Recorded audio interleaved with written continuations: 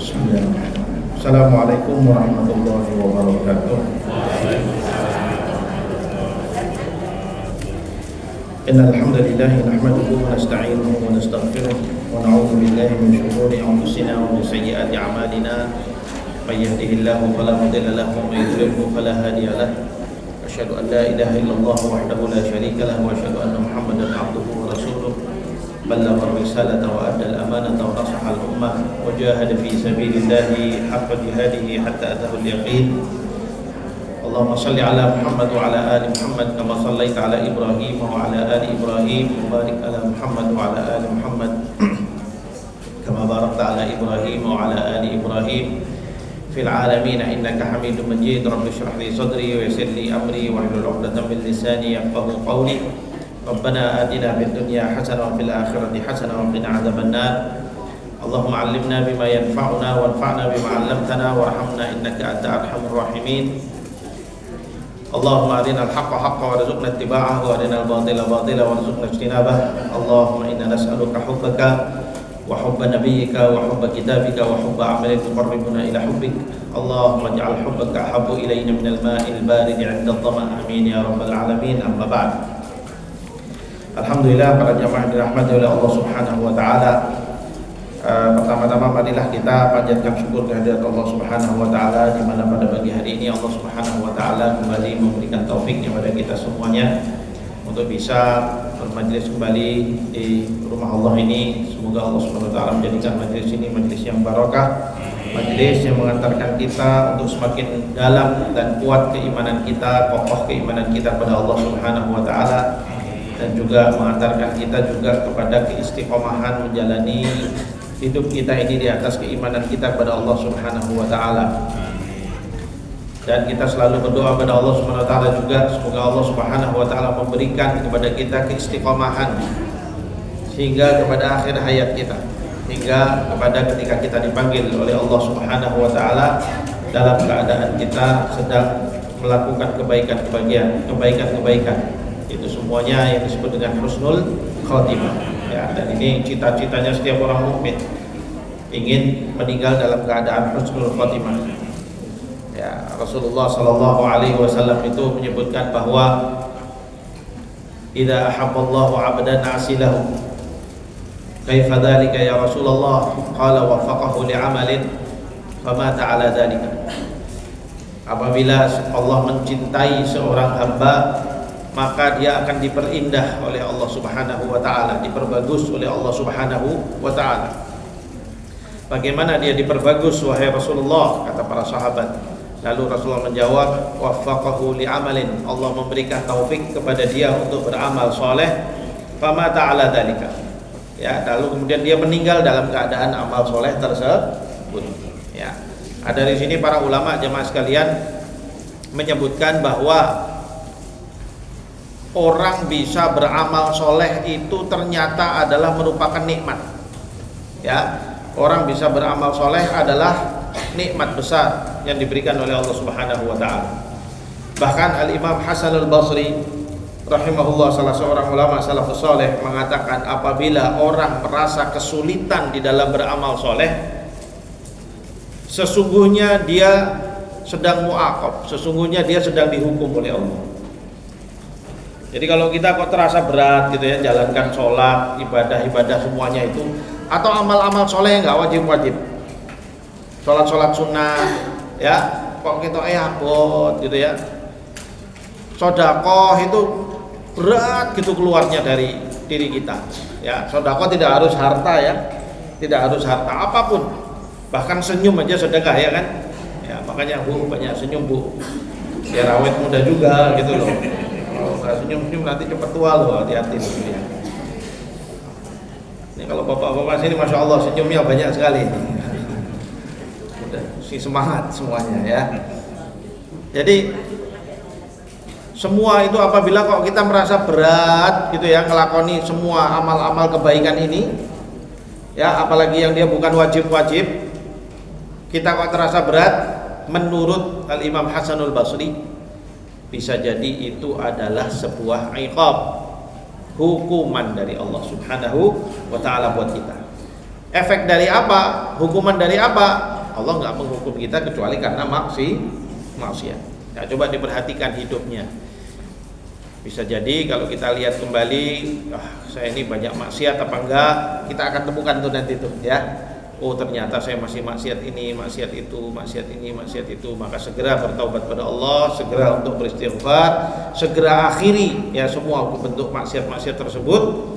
Lalu kemudian setelah itu insya Allah kita akan terasa ringan di dalam beramal soleh, dimudahkan oleh Allah Subhanahu Wa Taala. Itu makna asilahu.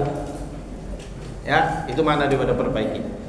Abdullah bin Umar bin Khattab radhiyallahu anhuma, karena Abdullah adalah putranya Umar bin Khattab dan Umar bin Khattab juga sahabat. Itu mengatakan apa? Aku tidak terhalangi dari qiyamul lail selama 40-an hari kecuali karena suatu dosa kecil yang aku lakukan. Karena suatu dosa kecil yang aku lakukan. Jadi beliau itu merasa pernah suatu waktu itu beliau merasa berat untuk melaksanakan qiyamul lail. Berat sekali mau bangun, berat mau sholat, terus kalau sudah bangun sholat yo 2 rakaat terus bawaannya wis lah cukup ya. Witir itu sudah rasanya wah tak witiran tok wae lah. Ya. Abdullah bin Umar merasa berat. Lalu dia bermuhasabah pada dirinya. Lalu dia merasa oh kenapa saya begini, kemarin tuh saya bermaksiat begini-begini. Dan itu dosa kecil. Kalau dihitung-hitung secara nilainya disebut atau masuk dalam kategori dosa kecil. Umpamanya melihat sesuatu yang yang tidak halal, ya itu dosa, tapi dosa kecil Pak. Tapi jangan sering-sering Pak ya. Iya Pak ya. Karena dosa kecil kalau udah sering-sering jadi besar, ya hati-hati. Jadi sekali ngelihat itu free buat kita Pak, ya rezeki kita. Tapi kedua kali sudah mulai dosa kecil. Tapi kalau sudah terus, oh astagfirullah itu sudah ya istighfar tapi nutup matanya tapi dibuka sini begini ya itu sudah. Nah ini khusus buat bapak-bapak. Kalau ibu-ibu juga sama ya, sama. Jadi karena dosa kecil saja beliau sampai mengatakan ya. Oleh karena itu para jamaah sekalian, ya ini motivasi buat kita semua, termasuk diri saya sendiri. Astagfirullahaladzim. Ya, kita semuanya ayo kita banyak beristighfar pada Allah, ya supaya apa kita juga dimudahkan oleh Allah untuk beramal ya. Tunggu orang yang hidupnya kemudian tidak bisa mengisi dengan amal soleh, orang yang rugi. Terus apa dia mau bawa bekal menghadap Allah Subhanahu Wa Taala? Allah Subhanahu Wa Taala pesan sama kita apa? Ya ayyuhalladzina amanu taqullaha wal tanzur nafsum ma qaddamat lighad wattaqullaha innallaha khabirum bima ta'malun. Wahai orang-orang yang beriman, bertakwalah kepada Allah dan hendaknya setiap jiwa mempersiapkan apa yang akan dia bawa ya di hari esok, ya kan? Insya Allah kita semua sudah paham di hari esok yang dimaksud di mana ini, di akhirat, ya bekal akhirat. Allah mengingatkan kita di situ dengan bekal akhirat. Ya. Wattaqullah, dan bertakwalah pada Allah. Sesungguhnya Allah Maha mengetahui dengan apa yang kalian lakukan. Gitu. Pesan Allah SWT pada kita. Jadi mumpung masih hidup, mumpung masih mampu, mumpung masih diberi kesempatan, ya Rasulullah SAW sebutkan bahwa ada 5 hal nikmat yang diabaikan oleh manusia. Di antaranya apa? Faraghuka qabla syughulika. Waktu longgarmu, waktu sempatmu sebelum kamu tidak sempat. Ya. Jadi ketika kita masih sempat, gunakan kesempatan itu untuk beramal soleh, gunakan kesempatan itu untuk melengkapi bekal-bekal kita menuju Allah Subhanahu wa Ta'ala. Mudah-mudahan Allah memberikan taufiknya kepada kita semua, diberikan kemudahan untuk bisa beramal soleh. Amin ya rabbal alamin. Baik jemaah sekalian, kita melanjutkan pembahasan kita dari kajian tauhid kita, di mana pada kajian-kajian yang lalu kita sudah membahas beberapa tema dari kitab Tauhid yang ditulis oleh Syekh Shalih Fauzan Al-Fauzan ini. Beliau mendahului pembahasan kitab ini dengan mengenalkan kepada kita beberapa istilah-istilah penting, yang tentunya istilah penting ini untuk kita ketahui dalam rangka untuk kita hindari. Yang pertama kemarin kita dikenalkan dengan apa? Syirik, ya. Kita dikenalkan dengan syirik. Apa itu syirik dan pembagiannya dan sebagainya. Insyaallah sudah kita terangkan. Insyaallah semua jamaah sudah paham, ya. Kemudian yang kedua, kita juga kemarin belajar tentang al-kufru. Apa itu kufur? Kekufuran itu apa? Dan ini penting untuk kita ketahui supaya kita bisa menghindarinya. Definisinya, kemudian juga pembagian-pembagiannya. Ya, kemarin ada 5 pembagian daripada kufur itu yang kita semuanya hendaknya berusaha untuk menghindarinya. Kemudian juga kita dikenalkan dengan istilah an-nifaq. Nah, ini yang paling bahaya. Kemunafikan. Ya, bagaimana kemunafikan terpecah menjadi 2 bagian, yaitu nifaq besar dan nifaq kecil.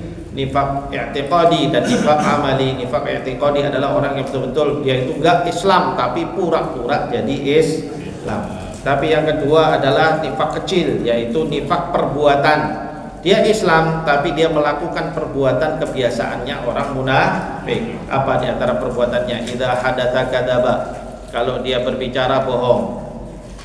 Nah, kalau masih suka bohong, berarti di dalam diri kita masih ada tanda orang munafik.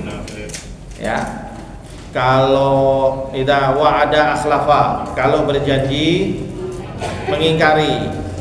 Idza tumina khana, apabila diamanahi dia khianati.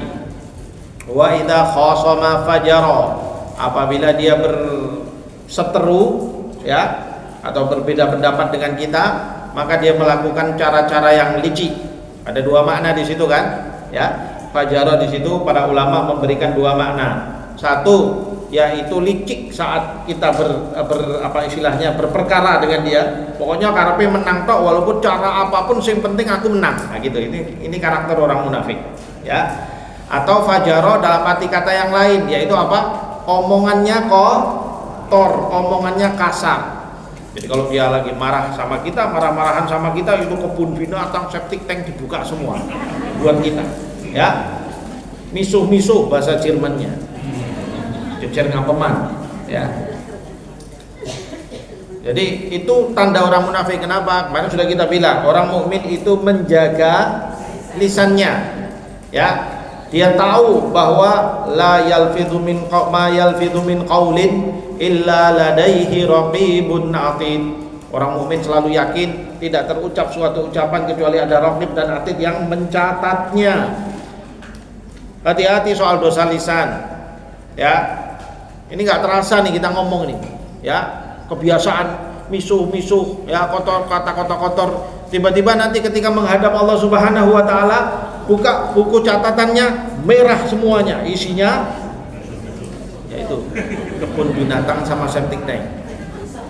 Ya. Kata-kata kotor, kata-kata ini nih, ya. Dan itu tanda nifak di dalam diri. Ya. Nah, apakah berarti dia orang munafik, Ustaz? Kemarin sudah kita katakan, kalau salah satu dari semua ini ada pada dirinya, maka belum disebut sebagai orang munafik asli. Tapi kalau omongannya bohong, amanahnya dikhianati, terus kalau janji nggak menepati, terus modelnya itu suka misuh-misuh, omongannya kosong atau licik dalam bersikap dan sebagainya, seneng kalau kaum muslimin kalah, kok sifatnya semua ada pada dia, fa innahu kana munafiqan khalisan.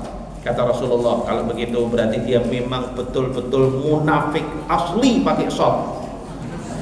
Ya. Asli. Ya. Jadi betul-betul asli betulan. Hati-hati. Maka tugas kita sebagai orang mukmin menghindarkan sifat-sifat itu ada pada diri kita. Mari bangun di dalam diri kita itu sifat-sifatnya orang mukmin. Orang mukmin itu apa? Kata Rasulullah SAW dalam hadis, akmalul mu'minina imanan ahasinuhum khuluqa. Orang mukmin yang paling sempurna imannya adalah yang paling baik akhlaknya, perilakunya paling baik. Perilaku itu semua, dari mulai ujung rambut kita sampai ujung jempol kaki kita, mau nyebut jempol kaki sampai batu.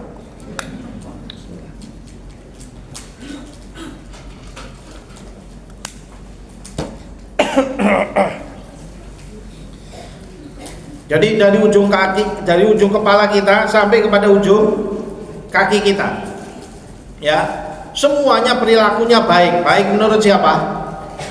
Rasulullah Sallallahu Alaihi Wasallam. Baik menurut Rasulullah Sallallahu Alaihi Wasallam. Baik menurut Allah Subhanahu Wa Taala. Kayak itu. Lisannya tidak berucap kecuali yang baik-baik. Milih, orang mukmin itu kalau mau ngomong milih kata-katanya, karena dia tahu beratnya tanggung jawab dosa lisan. Orang mukmin itu kalau mau melihat milih. Ini nanti kira-kira mata saya di akhirat diuji sebagai anu enggak nanti. Karena siksanya orang yang melakukan dosa itu melihat itu nanti ya matanya dirusak oleh Allah Subhanahu Wa Taala. Mudah-mudahan kita terhindar. Ya. Kemudian apalagi anggota badannya, tangannya, jangan sampai melakukan hal-hal yang mungkar, mencuri atau menyakiti orang atau melakukan mencelakai orang dan seterusnya dan seterusnya. Kakinya tidak digunakan untuk melangkah ke arah-arah yang haram, tidak menyakiti orang dengan kakinya dan seterusnya dan seterusnya. Itu orang mukmin. Dipastikan orang mukmin itu akhlaknya selalu baik. Contoh akhlak yang baik tergambar pada Rasulullah Sallallahu Alaihi Wasallam. Dan Allah katakan, laqad kana lakum fi Rasulillahi uswatun hasanah. Sungguh bagi kalian ada pada diri Rasulullah itu contoh yang baik. Liman kana yarjullaha wal yawmal akhir.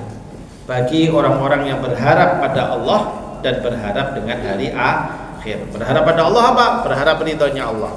Berharap pada hari akhir apa? Berharap selamat di hari akhir. Ya itulah karakter orang mukmin. Artinya apa? Rasulullah itu menjadi contoh buat orang yang beriman. Kalau orang kok nggak bisa nyontoh Rasulullah, berarti ada something wrong dalam masalah imannya. Ada masalah dalam imannya. Saya pengen nyontoh Rasulullah, tapi kok saya nggak bisa ya Ustaz. Oh, iman Anda yang perlu diperbarui. Coba cek ada masalah apa. Jangan-jangan nggak yakin bahwa Muhammadun itu Rasulullah. Bisa jadi. Loh, saya kan sudah syahadat total. Iya, Anda sudah syahadat di lisan, tapi hati Anda belum tertanam di dalamnya keyakinan bahwa Muhammadun Rasulullah. Buktinya mau nyontoh aja nggak bisa-bisa.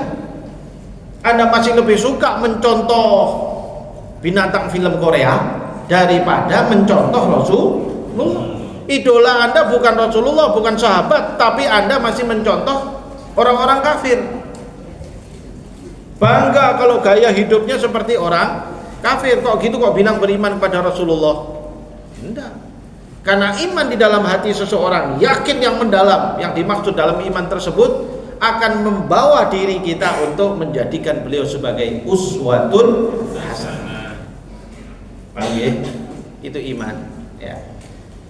Makanya ya ini yang harus kita pahami, sehingga kita memahami tentang nifak ini dan kufur, syirik dan sebagainya itu diberitahukan di awal-awal pembahasan kita ini dalam rangka supaya untuk apa? Supaya kita paham, lalu kita bisa menghindarinya dan menjadikan diri kita terproteksi dari masalah-masalah tersebut. Paham ya? Jadi kenapa kok beliau iki piye to ngaji tauhid kok malah sing diajari kufur, syirik, apa iki piye ngaji syirik kok ngaji tauhid iki gitu ya. Anda justru Hudzaifah bin Yaman radhiyallahu anhu, salah seorang sahabat Nabi, termasuk yang di antara sahabat-sahabat yang cerdas. Ya. Hudzaifah bin Yaman radhiyallahu anhu. Beliau mengatakan, "Kanan nasu yas'aluna Rasulullah sallallahu alaihi wasallam 'anil imani, 'anil khairi, wa ana as'aluhu 'anil syarri, makhafata an aqa'a fihi. Ya. Dahulu orang-orang bertanya kepada Rasulullah SAW tentang kebaikan-kebaikan mereka mau amalkan.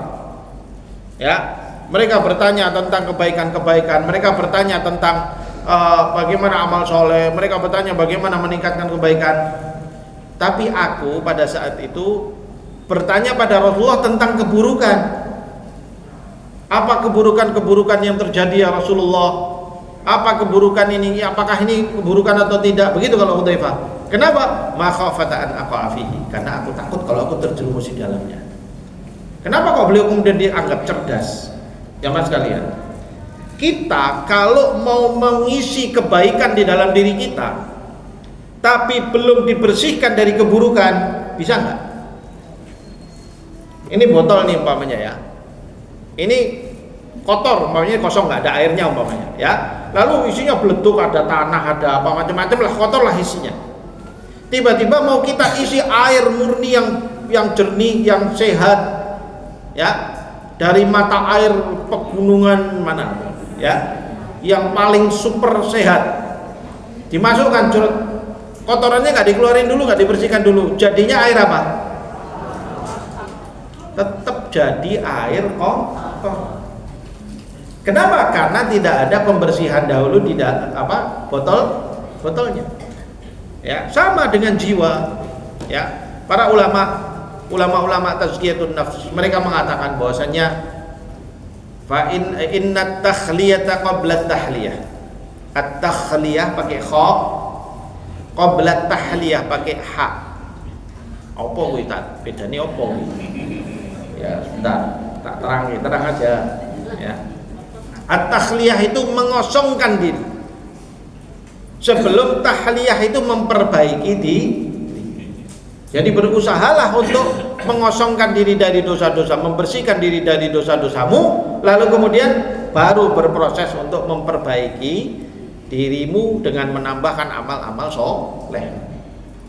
Makanya orang kalau pelaku maksiat, dia kalau mau memperbaiki dirinya, ya dia harus tobat dulu. Kalau dia nggak tobat, ya nggak ada gunanya amalnya, ya. Amalnya akan sia-sia. Dia beramal apapun tapi ternyata tercampur dengan kotoran jiwanya. Dan biasanya orang kalau nggak pernah tobat, tidak mau tobat dari dosanya, dia tidak akan bisa beramal soleh. Ya, jangan lihat ada orang kok kita ini jadi harus mampu kok ora haji yo kae. Diingatkan bapak ibu, kenapa kok nggak berangkat haji? Supose lho jenengan apa mboten mampu? Ya jane wis mampu, tapi supose aku tak mlaku-mlaku ning Eropa. Aku tak mlaku-mlaku ning kutub selatan. Kutub utara. Nah, kutub utara kan tidak ada, kalau kutub selatan kan ada tempat anunya. Ya. Kutub selatan nyampe, Mekah nggak nyampe-nyampe. Ada apa itu? Ada apa? Ada dosa. Ya, ada dosa. Sampai kok Allah Subhanahu wa taala tidak memanggil dia ke rumahnya, tidak memanggil dia ke tempat sujud, pusat tempat sujudnya umat manusia. Ada dosa. Makanya ya harus ada takhliyah dulu, upaya untuk membersihkan jiwanya. Makanya ini penting, ya.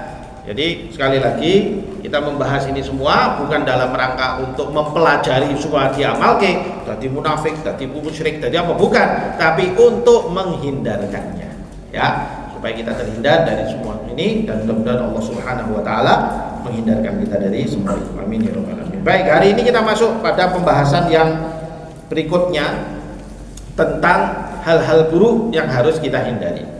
Di antaranya kita akan pernah mungkin mendengar dengan istilah al-jahiliyah.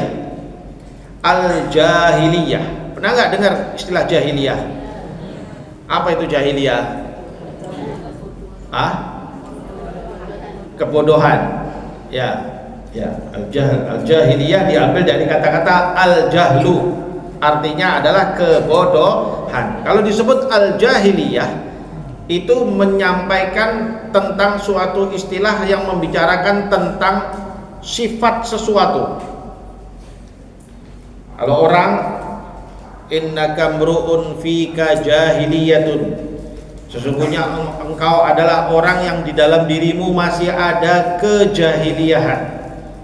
Begitu suatu hari ucapan Rasulullah sallallahu alaihi wasallam kepada Mu'adz bin Jabal. Jadi Mu'adz, ya, walaupun sahabat yang fadil, tetapi suatu hari beliau pernah keliru melakukan kesalahan, yaitu membanggakan dirinya kepada orang lain, merasa dirinya itu turunan lebih baik daripada sahabat yang lain ketika itu, ya, sehingga kemudian dia menghina sahabat yang lain itu karena kulit hitam begitu, ya. Lalu Rasulullah mendengar itu, lalu Rasulullah marah dan mengatakan, ya Mu'adz, innaka mru'un fika jahiliyah. Wahai Mu'adz, sesungguhnya engkau seseorang yang di dalam dirimu masih ada ternyata sifat kejahilian. Apa kejahilian yang ada di situ? Kebodohanmu, yaitu ketika kamu membedakan dirimu dan merasa dirimu lebih baik dari orang yang berkulit hitam. Itu jahiliyah. Kenapa? Karena Islam datang tidak lagi melihat mau kulit hitam, putih, biru, kuning, hijau, ya, dan sebagainya. Kulit hijau, buta hijau, ya. Allah nggak melihat itu. Allah subhanahu, kata Rasulullah SAW, innallaha la yanzuru ila suwarikum wa innama yanzuru ila qulubikum. Sungguhnya Allah subhanahu wa ta'ala tidak melihat lagi kepada wajah-wajah atau bentuk-bentuk kalian, kulitnya, warnanya apa dan sebagainya, tidak. Rambutnya mau keriting, berindil, ataupun rambutnya mau lurus, Allah subhanahu wa ta'ala, semua itu ciptaan Allah, ya kan? Masa Allah subhanahu wa ta'ala mau beda-bedakan berikutnya? Walakin yanzuru ila qulubikum, tapi Allah melihat kepada hati-hati kalian. Hati, di mana disitulah letaknya iman, disitulah letaknya takwa. Idza shalahat shalahal jasadu kulluhu wa idza fasadat fasadal jasadu kulluhu. Kalau dia baik, maka seluruh anggota badannya jadi baik. Kalau dia buruk, maka seluruh anggota badannya juga akan jadi buruk. Ala wahyal qalb, yaitu adalah hati. Itu yang dilihat oleh Allah pada masing-masing kita semua ini. Ya. Sing iki ganteng, sing iki elek, sing ini putih, sing iki ireng, sing iki, Allah tidak peduli. Selagi itu ciptaan Allah, maka itu semua adalah ciptaan Allah, ya. Tidak ada yang membedakannya kecuali hatinya ataupun takwanya. Inna akramakum indallahi atqakum. Itu ajaran Islam menghapus kebiasaan jahiliyah yang ada pada masa sebelum datangnya Islam, membeda-bedakan warna kulit, ras, ya, membeda-bedakan ras. Oh, ini dari ras ini, dari ras ini, ya. Seperti jahiliyahnya Hitler umpamanya. Kenal Hitler buatan? Hah? Nggak kenal. Tapi bentuk kalau kenalin apa pun. Masa nggak kenal Hitler, Bu? Kenal di mana? 1-0 ya. Baik, nggak gocekan, Bu, ya, nggak apa-apa, biar kita sekali-kali kan. Hitler itu dia, ya, antara ajaran yang dia yakini, dia pegang, Nazi itu, ya, mereka meyakini apa yang mereka sebut sebagai white supremacy, istilahnya gitu, ya, yaitu supremasi kulit putih. Kalau orang punya kulit putih, mata biru, rambut pirang, ini adalah ras terbaik yang harus memimpin dunia. Ya. Jadi, kalau Rasulullah itu rambutnya apa, Ustaz? Rasulullah rambutnya hitam, kulitnya putih, matanya hitam kecoklatan, ya, jenggotnya hitam, ada ubannya, ada hampir 20, kata siapa? Abdullah bin Mas'ud. Kata Anas bin Malik, maaf, kata Anas bin Malik. Berarti Rasulullah nggak bisa dong mimpin kalau menurut Hitler. Makanya jangan ngikuti Hitler.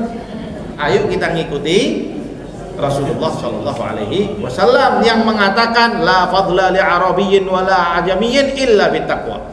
Dia katakan tidak ada keutamaan, tidak ada kelebihan, tidak ada supremasi antara orang Arab atau non Arab kecuali dengan takwa. Ya, nggak ada. Orang itu dinilai takwanya. Ini yang diajarkan oleh Rasulullah Shallallahu Alaihi Wasallam. Ya. Jadi kalau kemudian nanti ada penilaian, oh ini yang bisa mimpin hanya yang begini, enggak. Islam tidak melihat itu, dan kita menolak segala bentuk begitu. Bahkan Rasulullah Shallallahu Alaihi Wasallam bersabda dalam sebuah hadis, Isma' wa ati' walau ta'ammara alaikum abdun habasyiyin ra'suhu zabibah. Dalam sebuah hadis beliau katakan, dengarlah dan taatilah pemimpinmu walaupun kalian dipimpin oleh seorang budak berkulit hitam yang kepalanya seperti kismis. Jangan ketawa, ini hadis Rasulullah loh, hati-hati loh, istighfar tuh yang ketawa tadi. Kok lucu toh tak? Orang lucu ini ilmu kok lucu. Ya. Loh kenapa kalau Rasulullah harus menyebut itu, Bu? Mau ngenyek orang hitam? Bukan. Rasulullah mau menceritakan kepada kita, walaupun kamu dipimpin oleh orang yang turunan buruk apapun, kalau dia memimpin kamu dan mengajak kamu kepada jalan yang diridhoi oleh Allah, mengajak kamu taat pada aturan Allah, taat pada hukum-hukumnya Allah, taat pada tauhid pada Allah Subhanahu wa taala, kewajiban kalian wahai umat Islam untuk mentaatinya. Ya, ajak dia menuju kepada Allah, walaupun kepalanya bentuknya seperti kismis. Bukan kepalanya kismis, Pak. Kalau kepala kismis bukan manusia itu, Pak. Ya. Paham ya, Bu? Ini untuk apa? Menghilangkan apa yang tadi dibilang white supremacy. Ya. Nah, itu white supremacy adalah ajaran jahiliyah. Disebut jahiliyah. Loh Ustaz, ini kan sudah melewati masa diutusnya Rasulullah. Bukankah Muhammad Sallallahu Alaihi Wasallam itu diutus oleh Allah itu menghilangkan era jahiliyah? Nah, makanya kita belajar di sini, Bu. Ya, Bapak sekalian, tentang istilah jahiliyah. Apa kata beliau? Beliau bilang begini. Al-jahiliyatu hiyal halul lati kanat 'alaiha al-'arabu qabla al-islami wa hiyal jahlu billahi wa rusulihi wa syara'i'id din. Al-jahiliyah itu artinya adalah kondisi di mana kondisi orang-orang Arab sebelum hadirnya Islam. Kenapa kok dia nyebutnya orang-orang Arab? Karena buku ini untuk orang Arab Janim, ya. Buku ini yang saya bawa ini, yang kita pelajari ini adalah buku yang ditulis untuk anak-anak SMA. Ya, ini biar merasa muda lagi gitu loh. Wah, aku sinau kitab SMA, aku SMA lagi. Yo, SMA memang kita ya. Nah, kenapa kok boleh nyebut Arab? Karena ini buku untuk di sana, ya. Berarti kalau di sini bagaimana? Ya siapapun, yaitu kondisi sebelum diutusnya Nabi Muhammad Sallallahu Alaihi Wasallam. Sehingga kondisi mereka umat sebelum diutus Nabi Muhammad itu kondisinya apa? Jahilun, tidak kenal dengan Allah, tidak kenal dengan Rasul, dan tidak kenal dengan syariat Allah Subhanahu wa ta'ala. Maka ya, era itu disebut dengan era jahiliyah. Jadi bodoh nemen, ya, kalau bahasa Jermannya, ya, bodoh nemen. Era yang sangat bodoh, yang tidak, bahkan untuk mengenal Robnya saja tidak tahu. Yang ada mereka tahu Tuhan kita adalah berhala-berhala, ada yang nyembah pohon, ada yang nyembah perapatan, ada yang nyembah pertigaan, ada yang nyembah jalan, ada yang nyembah batu, ada yang nyembah pohon. Di India malah nyembah tikus, ya. Namanya era jahiliyah. Saat itu memang betul orang semuanya, ya. Jadi setelah diutus, khususnya kalau kita bicara era jahiliyah sebelum Nabi Muhammad SAW, ada sebuah era yang disebut dengan era fatrah. Fatrah itu adalah setelah diutusnya Nabi Isa, lalu beliau diangkat oleh Allah Subhanahu wa taala ke langit, ya kan? Lalu kemudian sampai kepada diutusnya Nabi Muhammad SAW. Itu jaraknya sekitar 500 tahun. Ya, sekitar 500 tahun. Era itu disebut dengan era fatrah. Dan era fatrah itu yang ada zaman itu adalah zaman jahiliyah. Orang nggak kenal sama Allah. Bahkan orang-orang yang yatanassar, orang-orang yang bernasrani, mengikut ajaran Nabi Isa pun sudah mulai diselewengkan. Ya, sekitar 300 tahun setelah diangkatnya Nabi Isa ya ke langit, itu orang-orang Kristen ada apa istilahnya? Ada apa namanya itu? Konsili. Pertemuan merumuskan Nabi Isa ini jane iki sapa. Lalu mereka terbawa dengan ajaran Paulus ya yang mengatakan bahwasanya Nabi Isa itu adalah anak Tuhan yang dikorbankan oleh Tuhan untuk menghapus dosa umat manusia, untuk mengampuni manusia. Ya. Lalu itu dijadikan sebagai acuan.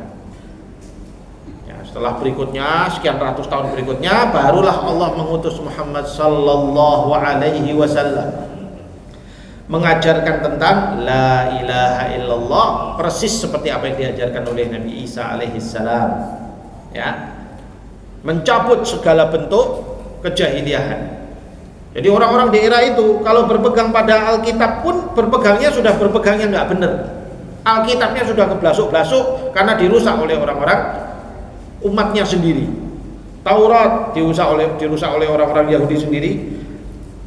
Injil kondisinya juga nggak jelas karena Injil itu bukan ditulis di eranya Nabi Isa, ditulis setelah eranya Nabi Isa, ditulis oleh murid-muridnya setelah eranya Nabi Isa, ya.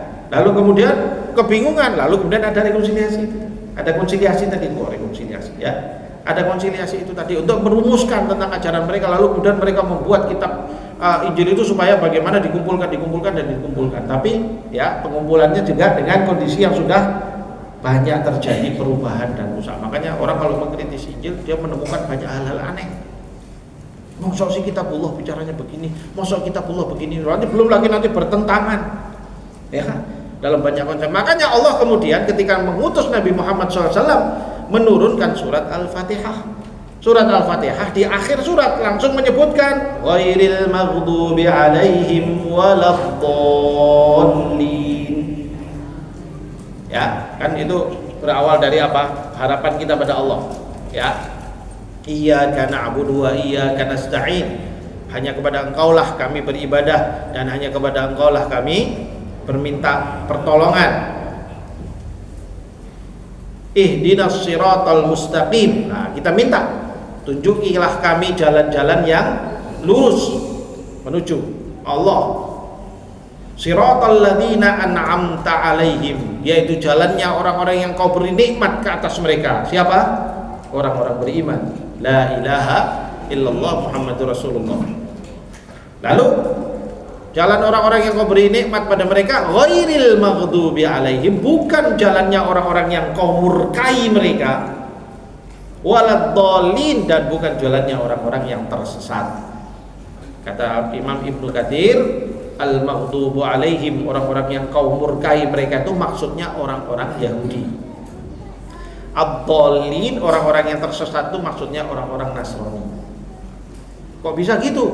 Karena orang-orang Yahudi ini dimurkai oleh Allah karena mereka ngotak-atik kitab Taurat.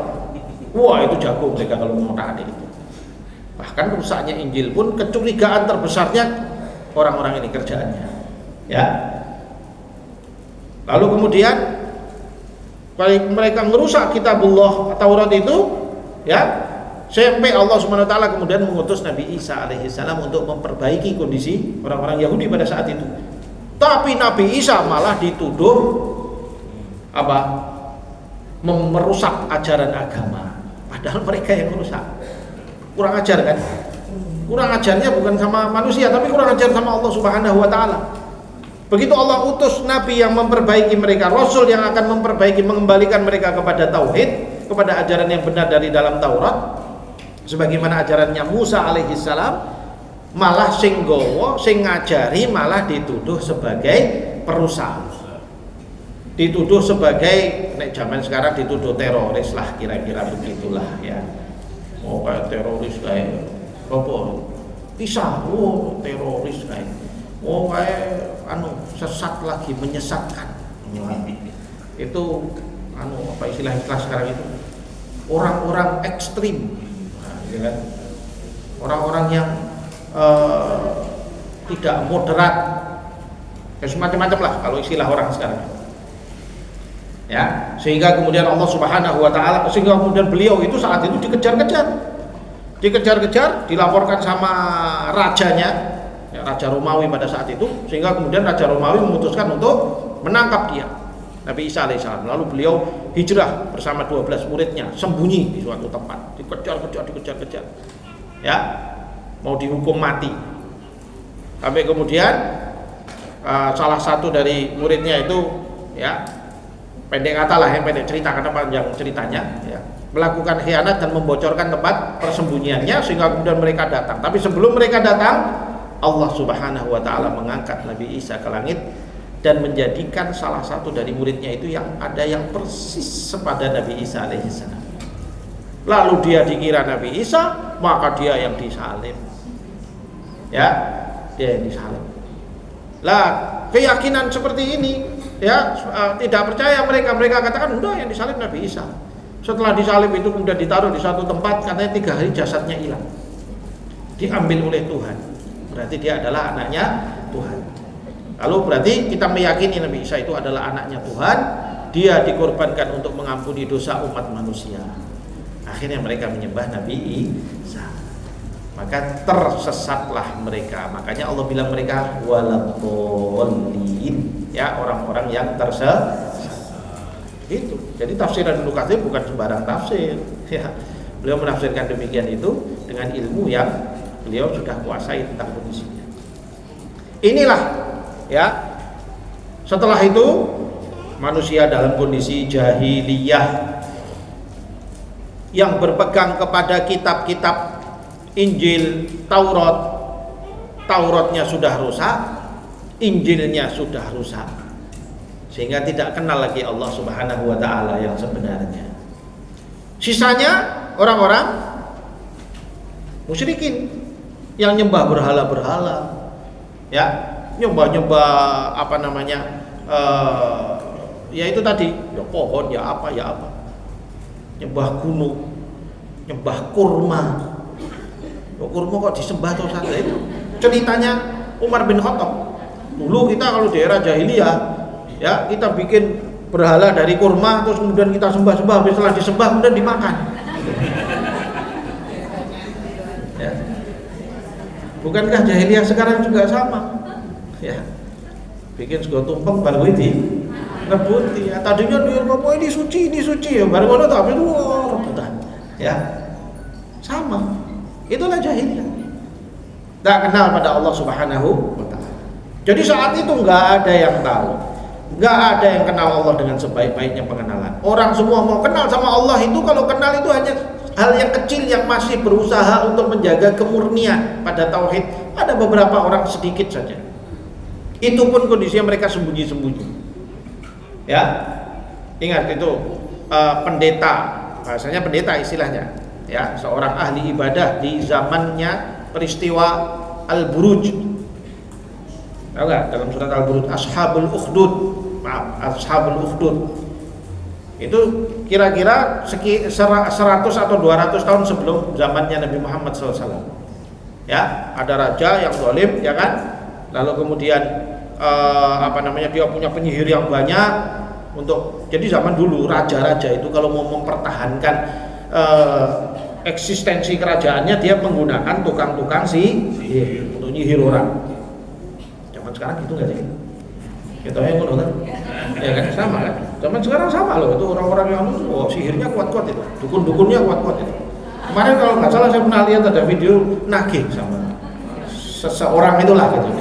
Ada raja negara Konoha, ya, dia ditagih sama dukunnya. Aku harus ngene lho, kok bayar lho, ayo bayar sih. Ternyata sampai sekarang masih ada begitu. Ya. Nah, lalu kemudian dia merasa bahwa tukang-tukang sihirnya ini sudah tua-tua, sudah sebagainya, dia perlu ada regenerasi penyihir. Ya. lalu dia cari orang yang paling pintar, anak muda yang paling pintar di negerinya. Ternyata ada satu anak muda, ya, kemudian dia pilih untuk dia belajar pada tukang sihirnya. Nah, setiap hari anak muda ini dari rumahnya menuju ke rumah tukang sihirnya untuk belajar tentang sihir. Nah, tapi di jalan ternyata dia menemukan ada seorang ahli ibadah yang masih bertauhid pada Allah Subhanahu wa taala sembunyi di gua. Karena saat itu memang orang berpegang pada tauhid itu dikejar-kejar. Karena dianggap bahwasanya dia berpegang kepada Nabi Isa. Lalu dia sembunyi di situ, dia beribadah, lalu kemudian si anak ini malah tertarik kepada ini dan belajar sama dia tentang tauhid. Tapi juga belajar sama tukang sihir sebagai formalitasnya. Ya, akhirnya suatu hari sampai Allah Subhanahu wa taala temukan dia dalam sebuah posisi di mana dia harus menguji antara ilmu yang diajarkan oleh si ahli ibadah dengan ilmu yang diajarkan oleh si tukang sihir. Ternyata ilmu yang diajarkan ahli ibadah ini lebih benar dan lebih tepat, sehingga dia menyatakan diri sebagai beriman kepada Allah Subhanahu wa taala. Wah, rajanya marah sama tukang sihirnya. Kamu ngajari apa sama bocah ini? Loh, saya tak ajari sihir, wahai tuan raja. Lah kok iso malah jadi kayak gini? Ya enggak tahu. Ya sudahlah, ini anak ini segera dibunuh, cari anak yang lain. Akhirnya dihukum nih anak. Dah, sana, bawa ke atas gunung, lemparkan dari gunung yang tertinggi, biar hancur badannya dia. Ya, lalu anak itu mengatakan, wahai raja, kamu tidak akan bisa menghukum saya. Tidak akan bisa menghukum saya kecuali dengan izinnya Allah. Dia bilang, kamu lihat saja, bawa pengawal, bawa sana, bawa ke atas gunung. Ya, sampai di atas gunung, ya sudah mau dilempar, Allah Subhanahu wa taala datangkan angin yang begitu keras, akhirnya pengawal-pengawal yang tiba dewe. Dianya malah selamat. Balik lagi dia ke raja. Ya. Kaget rajanya, "Loh, kok kamu pulang, mana pengawalmu?" "Saya kan sudah bilang, Allah yang menyelamatkan saya. Kamu tidak akan bisa membunuh saya, wahai raja, kecuali dengan izin Allah. Pengawalmu semuanya didorong oleh angin, Allah hadirkan angin dan mereka yang jatuh. Saya alhamdulillah selamat, malah ini saya kembali lagi." Raja yang nggak terima, wah kurang ajar kamu. Sudah, bawa ke laut, tenggelamkan, ikat dengan batu yang besar biar dia tenggelam ke bawah. Bawa sana, kali ini jangan sampai ada yang jangan sampai dia lepas lagi. Dibawa ke tengah laut.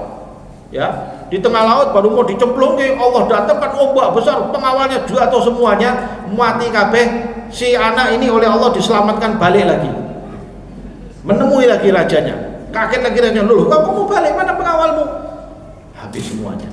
Ketika dia mau melemparkan saya ke laut, ternyata mereka diserang oleh ombak dan mereka yang jatuh. Sayanya malah terbawa ke pinggiran dan saya bisa melepaskan diri dari batu. Dan kamu, wahai raja, tidak akan bisa membunuh saya, ya, kecuali dengan izin Allah. Lalu sang raja bertanya, terus piye caranya saya mau bunuh kamu itu? Gampang gimana? Sudah, kumpulkan semua orang di lapangan, di alun-alun, bikin ikat saya di suatu tiang, lalu kemudian Anda bidik saya. Harus Anda loh ya Pak Raja, jangan orang lain. Harus Anda. Kalau orang lain nggak akan bisa, Allah nggak akan izinkan, gitu. Ya, harus Anda ambil panah, bidik kepada saya, dan sebelum Anda lepaskan anak panah itu, ucapkan Bismillahirrahmanirrahim.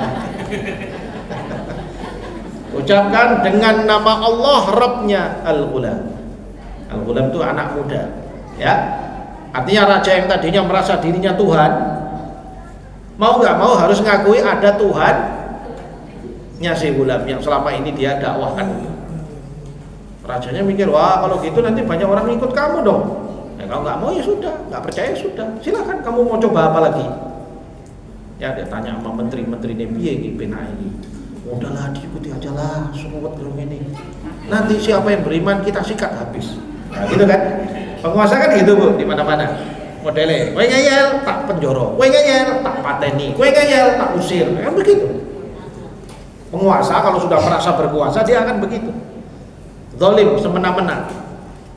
Lalu kemudian ya sudah disepakati, dilakukanlah semua itu. Ya, ketika dia sudah rajanya membidik, suruh baca, ayo baca Bismillahirrahmanirrahim, bacanya pelan-pelan biar nggak dengar, ya. Tembak meleset, Kok nggak bisa? Lah, gue pelan dong. Yang keras supaya semua orang dengar. Ya, tapi kan saya sudah baca. Ya, tapi kan kamu pelan. Yang keras supaya semua orang dengar. Ya, tambah lagi. Tapi rodo pelan masihan. Meleset lagi. Masih meleset, kurang keras. Baru yang ketiga dengan berteriak Bismillahirrahmanirrahim ditembakkan, kemudian beliau syahid. Tapi dengan kesyahidannya sekian umat itu semuanya terjelaskan bahwa ada Rabbul Alamin, ada Allah, ada Rabbul Alamin yang selama ini tidak kita kenali. Dialah yang menguasai, dialah yang berkuasa. Raja ini bukan siapa-siapa. Ya, jadi jelas ketika itu, sehingga kemudian berbondong-bondonglah orang ya meyakini ada Allah Subhanahu wa taala dan beriman pada Allah Subhanahu wa taala. Biasa habis itu rajanya apa? Marah. Oh, lah kalian. Ayo kita bikin parit yang besar, nyalakan api yang berkobar-kobar di situ. Siapa yang beriman maka dia akan dimasukkan ke sana. Siapa yang beriman pada Tuhannya gulam, masukkan ke sana. Tanyai satu-satu. Sehingga itu menjadi ujian berat bagi orang-orang beriman pada saat itu. Kalau kita hari ini beriman sama Allah masih gampang, masih enak. Tapi mereka dahulu diuji dengan ujian yang berat. Ya, ditanya satu, kamu gimana? Beriman sama gulam atau sama raja sebagai Tuhan? Nah, kalau orang yang takut sama api, maka dia akan apa? Saya tak melu raja aja, walaupun mungkin dia menyembunyikan. Selamat di dunia, tapi di hadapan Allah, wallahu a'lam. Tapi orang-orang yang yakin, pada siapa kamu beriman? Allah, la ilaha illallah. Lemparkan, masuk semuanya. Sehingga ribuan jasad itu matang dibakar api. Ya, yang tinggal hanya orang-orang yang mereka menyembunyikan keimanannya, atau orang-orang yang memang betul-betul ingkar sama Allah. Bahkan dalam kisahnya itu ceritakan ada seorang ibu-ibu yang dia juga diuji demikian, lalu kemudian ditanya, kamu beriman pada siapa? Sedangkan dia membawa seorang bayi, anaknya masih bayi, masih kecil. Kemudian ditanya, kamu beriman pada siapa? Dia ragu-ragu mau jawab. Siapa ya? Dia mau masuk ke api, tapi kok ini bocah kesian, gimana ya? Nah, disitulah kemudian salah satu bayi yang berbicara pada saat umur masih bayi. Ya, dia mengatakan, wahai ibuku, jangan kau ragu. Katakanlah la ilaha illallah dan kita semua akan masuk ke dalam surganya Allah. Yakinlah dengan itu. Sudah, kita jalan. Diyakinkan oleh anaknya. Maka ibunya pun mengatakan, saya beriman pada Allah, langsung dicemplungin. Ya, itu ashabul. Itu masa fatrah. Terjadinya di era pasca Nabi Isa, sebelum era Nabi Muhammad SAW. Orang nggak kenal sama Allah, orang nggak bisa beriman sama Allah dengan benar, karena kondisi-kondisi seperti itu. Lalu kemudian Allah Subhanahu wa taala mengutus Nabi kita Muhammad sallallahu alaihi wasallam mengajarkan kepada umat kita tentang la ilaha illallah. Ya, dan mengangkat segala bentuk, menghapuskan segala bentuk kejahiliahan, sehingga era jahiliyah terhadap Allah yang tadinya orang nggak kenal Allah dan sebagainya itu semuanya sudah terhapus bersama diutusnya Nabi kita Muhammad Sallallahu Alaihi Wasallam. Era jahiliyah sudah tidak ada, ya. Tapi kemudian yang masih lanjut adalah apa? Perbuatan jahiliyah. Sehingga dari sini para ulama akhirnya beliau di sini memecah kejahiliahan itu menjadi dua jenis. Jahiliyah umum dan jahiliyah khusus. Jahiliyah umum adalah era jahiliyah, seperti yang tadi disebut sebelum diutusnya Nabi Muhammad sallallahu alaihi wasallam. Tapi setelah diutusnya Nabi Muhammad, era jahiliyah sudah tidak ada. Jahiliyah umum sudah tidak ada. Yang ada adalah jahiliyah khusus, yaitu orang-orang yang hidup di era setelah diutusnya Nabi Muhammad SAW, tapi masih mempertahankan kebiasaan-kebiasaan jahiliyah. Namanya orang jahiliyah. Jadi secara khusus dianya yang jahiliyah, bukan eranya. Eranya sudah nggak jahiliyah, tapi dianya masih mempertahankan jahiliyah. Itulah makna yang disebut oleh Rasulullah SAW dalam hadis yang diriwayatkan oleh Imam Bukhari, 3 golongan orang yang paling dibenci oleh Allah Subhanahu wa taala. Salah satu yang disebut oleh Rasulullah di situ siapa? Orang yang sudah mendapatkan hidayah Islam tapi masih mempertahankan kebiasaan jahiliyah. Sudah mendapatkan hidayah Islam, sudah tahu indahnya sunnah, sudah tahu indahnya contoh percontohan Rasulullah SAW, dia masih hidup dengan gaya-gaya jahiliyah orang-orang kafir itu. Nah, ini yang disebut dengan jahiliyah khosoh, jahiliyah secara khusus. Jadi di era sekarang ini yang ada adalah jahiliyah khusus. Terus sekarang apa masih ada jahiliyah, Ustaz? Ya, tapi jahiliyah khusus. Kalau era jahiliyah sudah tidak. Karena kalau sekarang dibilang era jahiliyah berarti orang kalau nggak kenal sama Allah lah, terus Rasulullah diutus untuk apa? Ya Rasulullah itu diutus untuk mengangkat era jahiliyah, menghapuskan era jahiliyah. Begitu era itu sudah berakhir, ya semua orang sudah tidak ada alasan lagi di hadapan Allah untuk bilang tidak kenal Allah. Kecuali hanya kalangan khusus tertentu saja. Ya, kalangan khusus tertentu saja. Contoh orang yang hidup di tengah-tengah hutan sana itu yang nggak pernah ketemu umat manusia. Ada nggak orang gitu ya? Di Indonesia katanya ditemukan suku yang sejak ribuan tahun ya baru sekarang ini ketemu orang lain. Apa namanya, suku Kutil atau apa gitu ya? Di mana, Sulawesi atau di mana ini? Di Ambon. Ya situlah pokoknya. Ya di sana, daerah-daerah sana. Ya. Lalu kemudian katanya mereka baru sekarang ini ketemu orang. Jadi sebelumnya mereka tinggal di hutan belantara, nggak ketemu sama orang, ketemunya monyet atau orang hutan. Ya, ketemunya. Ya. Sehingga bagaimana kalau yang demikian, Ustaz? Ya kalau dia betul-betul nggak pernah ketemu orang, nggak pernah dengar dengan risalah Nabi Muhammad SAW, ya, maka disebut sebagai orang yang hidupnya seperti masa fatrah. Tapi itu pun ketika sekarang sudah ketemu orang, begitu kita sudah bisa mendakwahkan kepada dia, mengajarkan kepada dia la ilaha illallah, maka dia sudah terkena kewajiban untuk mengimani la ilaha illallah. Makanya dakwah itu harus dikuatkan. Ya, dimanapun kita dakwah, kita sampaikan risalah Nabi Muhammad SAW, kita sampaikan dimanapun, kapanpun, apapun yang bisa dilakukan. Semoga Allah memberkahi para ustadz yang mau dakwah ke pedalaman. Ya, ada beberapa ustadz-ustadz yang memang masya Allah luar biasa, mereka itu berada di pedalaman, masuk ke pedalaman, masuk itu nanti nyebrang sungai-sungai, buaya-buaya, ya, untuk menyampaikan la ilaha illallah Muhammadur Rasulullah. Ya. Jadi ini luar biasa. Kalau enggak, ya kita dosa semua. Karena itu kan fardu kifayah. Dakwah itu fardu kifayah, harus disampaikan. Makanya ustaz-ustaz yang bergerak seperti itu harus kita dukung. Doakan mereka, mudah-mudahan Allah kuatkan mereka. Ya, support kegiatan mereka supaya mereka bisa lebih maksimal di dalam dakwah. Nah, inilah disebut dengan jahiliyah di zaman sekarang. Jadi jahiliyah itu ada berapa jenis? 2. Yang satu jahiliyah umum dan jahiliyah khusus. Jahiliyah umum masih ada nggak? Sudah tidak ada dan sudah terhapus dengan diutusnya Nabi Muhammad SAW. Tapi jahiliyah khusus masih ada sampai hari ini dan itu dilakukan oleh orang-orang tertentu di zaman sekarang. Ya, seperti orang di zaman sekarang yang masih nyembah batu, ya itu jahiliyah. Ya, yang masih nyembah pohon itu jahiliyah. Yang masih nggak mau berla ilaha illallah, malah nyembah selain Allah, itu namanya jahiliyah.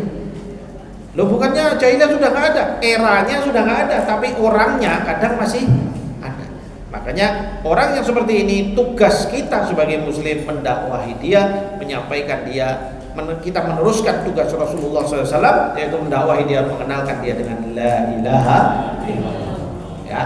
Mudah-mudahan Allah Subhanahu wa taala menjadikan ilmu kita ini menjadi pemahaman yang lebih dalam kita tentang istilah-istilah yang ada di dalam dinul Islam, tentang akidah, dan mudah-mudahan kita semuanya juga menjadi semakin paham dengan akidah kita yang sebenarnya, dan mudah-mudahan kita bisa menjalani hidup kita ini dalam keadaan yang benar sesuai dengan bimbingan Allah dan Rasulnya, dan terlepas dari segala bentuk kejahiliahan khusus apapun, ya.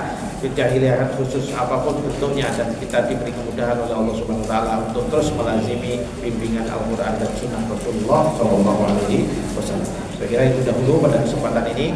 Insyaallah nanti pada waktu yang akan datang kita akan mengambil istilah yang lain, yaitu al-fisqu wad-dhalal war-riddah, ya, kefasikan, kesesatan, dan kemurtadan. Apa itu kemurtadan? Belajar untuk apa, Ustaz? Belajar murtad? Bukan. Kita belajar murtad untuk tahu jangan sampai kita murtad. Belajar fasik, kita belajar fasik untuk tahu jangan sampai kita jatuh fasik. Wallahu a'lam bishawab. Ini aku qouli hadza wa astaghfirullah li wa lakum wa billahi taufiq wal hidayah. Wassalamualaikum warahmatullahi wabarakatuh.